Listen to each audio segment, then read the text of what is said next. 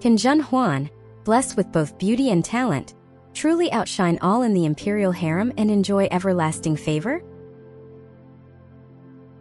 Xiao Lianzi and Xiao Yunzi were quite puzzled that I let Huan Bai off so easily, and even Jin she was speculating. However, as Huan Bai became more diligent and careful in her service, they could not say much more. Finally, one day when no one was beside me, Jin she took the opportunity to ask, "It seems that the young master is not planning to take any action against Miss Huan Bai." She hesitated slightly before saying, "I'm afraid she might still pose a threat to the young master's safety." At that time the autumn light was just right, and the courtyard's blooming flowers had fallen. The green leaves were already tinged with a light haze of yellow from the wind, and even the thick moss on the rocks was dyed with a layer of light golden mist. The osmanthus flowers planted by the empress last year to celebrate my entry into the palace were blooming fragrantly like clouds, filling the entire Tangli palace with their intoxicating sweet aroma. I was reclining on the horizontal couch in front of the sleeping hall, covered with a soft red, dawn-like fur brocade cape, watching from afar as Lu Zhu Huan Bai and the palace maids pick and preserve the newly picked begonia fruits into candied treats. I lowered my head to drink the osmanthus wine and slowly said, "If I wanted to get rid of her, I could easily use the hands of Consort Hua. But after all, she is one of my people, and we have grown up together since childhood, so there are feelings." Seeing Jin she silent, I added, "She knows too much about my affairs. If I push her too hard and eliminate her completely, it might force her into desperation. Now that I've cut off her retreat and promised her what she desires most, I think she can be controlled." "Jin," she said, "if the young master is confident, then I am at ease." I smiled faintly. "Indeed, but I am not entirely at ease with her. She thinks that the incident that day was uncovered because of the honey fragrance, but she doesn't know that I had already ordered people to watch her movements. Now, Xiao Lianzi has also been ordered to secretly keep an eye on her. If she harbors any disloyalty again, she can't blame me for being ruthless." Jin she smiled silently. "I have always privately thought that the young master is too kind, which might lead to endless troubles. Now it seems I was over-concerned." He smiled daher. Jin sie. "In terms of being reliable, you are the number one person by my side. But I have always wondered why you are so devoted to me, even though we have only been together for a little over a year."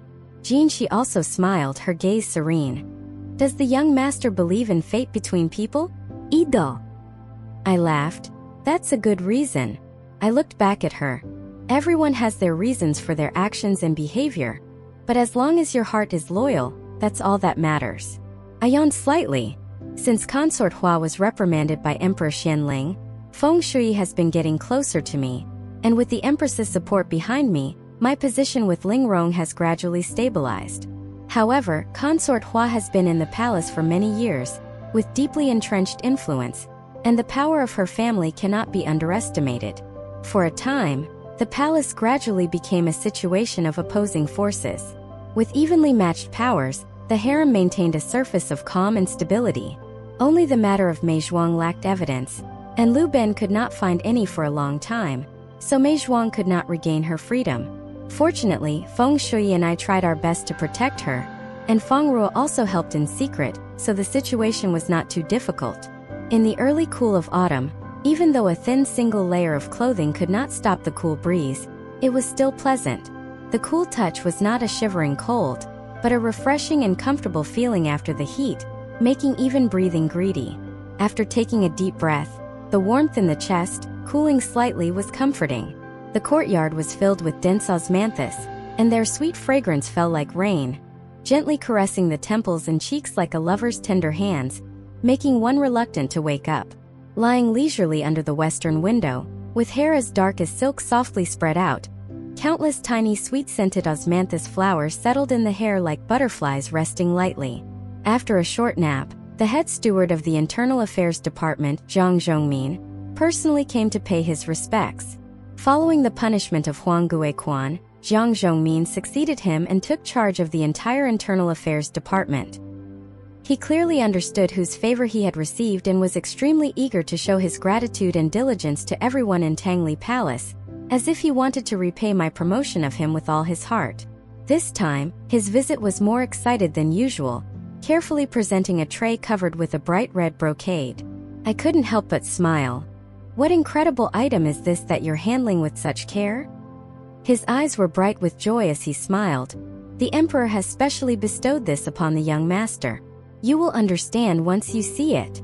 On the bottom of the gilded tray was a pair of dazzling, splendid palace shoes, shimmering with precious light. Even Jin Shi, who had seen many wonders, was stunned. The soles of the shoes were made of vegetable jade, a famous type of Lantian jade, with a vibrant green color that was smooth and finely textured to the touch.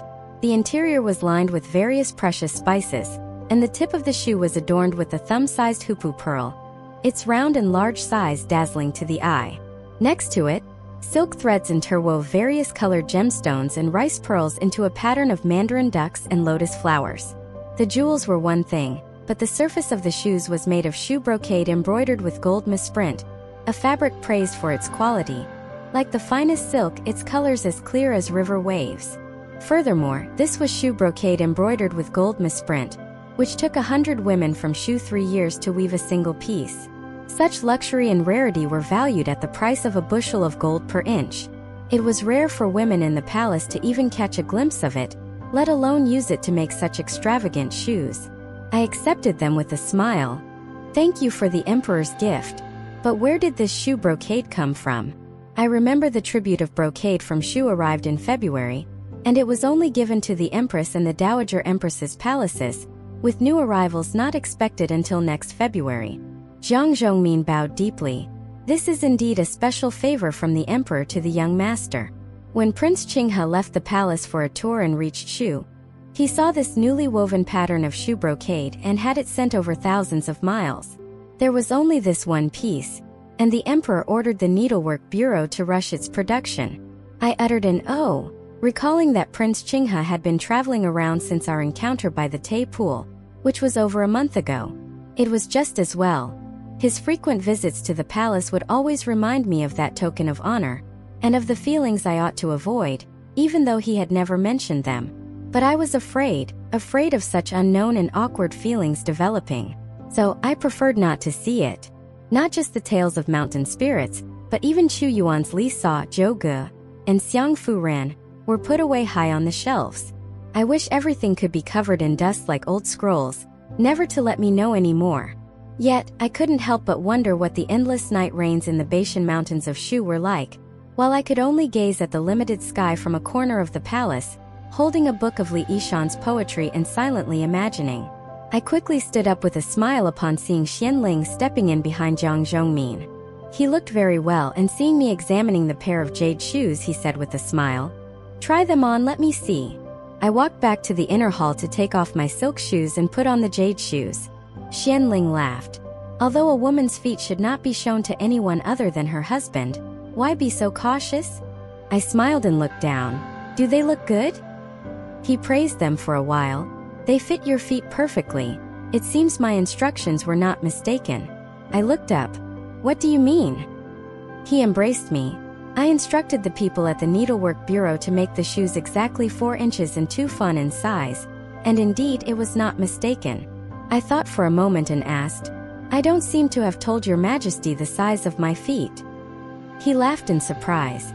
"Having shared the bed with you for so many days, how could I not know this?" He paused for a moment. I specifically instructed the embroidery ladies to embroider the pattern of mandarin ducks. He stopped, not continuing. I turned my head. The wind entered from the window below, and the coolness in the air with a hint of frost was already permeating the autumn chill. I shivered slightly and understood his intentions towards me. It's not that I wasn't moved. After visiting Mei Zhuang, I had been intentionally or unintentionally distancing myself from him more than before. He must have noticed. He kissed my earlobe and sighed. Huan, did I make you unhappy somehow?"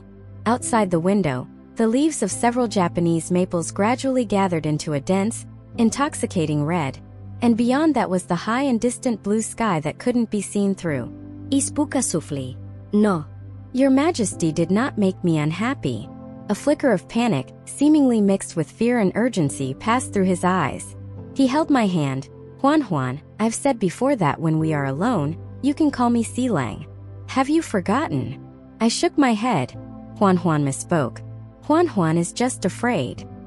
He said no more, just held me tightly, his body warmth dispelling some of the autumn chill, gently saying, "Don't be afraid. Whatever I have promised you I will give. Huan, I will protect you." I remembered the apricot blossoms that day, the tender words by the pillow, the promises made in the imperial study, and my heart felt as if it was gently touched by the warm spring breeze, almost bringing tears to my eyes. In the end, I didn't cry but reached out to wrap my arms around his long warm neck. Perhaps I really am someone who can be an exception in his eyes. If there is a bit of love in all this favor, it's worth it. When the long night was frosty and foggy, I got up and dressed. The brilliance of the Milky Way was even more distinct in the quiet night, as if the sky was filled with dazzling diamonds, almost astonishing in their brightness. Xianling embraced me gently, sharing the candlelight under the western window with me. He mentioned casually, "The skies over the capital are clear with bright stars, but the letter from my sixth brother says that Shu is rainy. Fortunately, the night rain over the basin where he stays is very beautiful, which comforts the troubles of the journey." I smiled silently, just leaning in Xianling's embrace. When can we cut the candle at the west window again? Yet talk of the night rain over basin. That was a beautiful line from a poem. Xianling remained silent, quietly embracing me, casting a soft shadow that overlapped with mine, as if we were one. For a moment my heart was touched with tenderness, and I no longer wanted to think about Xiao Su, who might be in the basin night rain, fragrant with the scent of reed flowers. I was content to believe that perhaps Xianling truly liked me. Follow us to avoid getting lost and enjoy endless exciting stories. For more content, please go to the Story Wall homepage to view more exciting novels.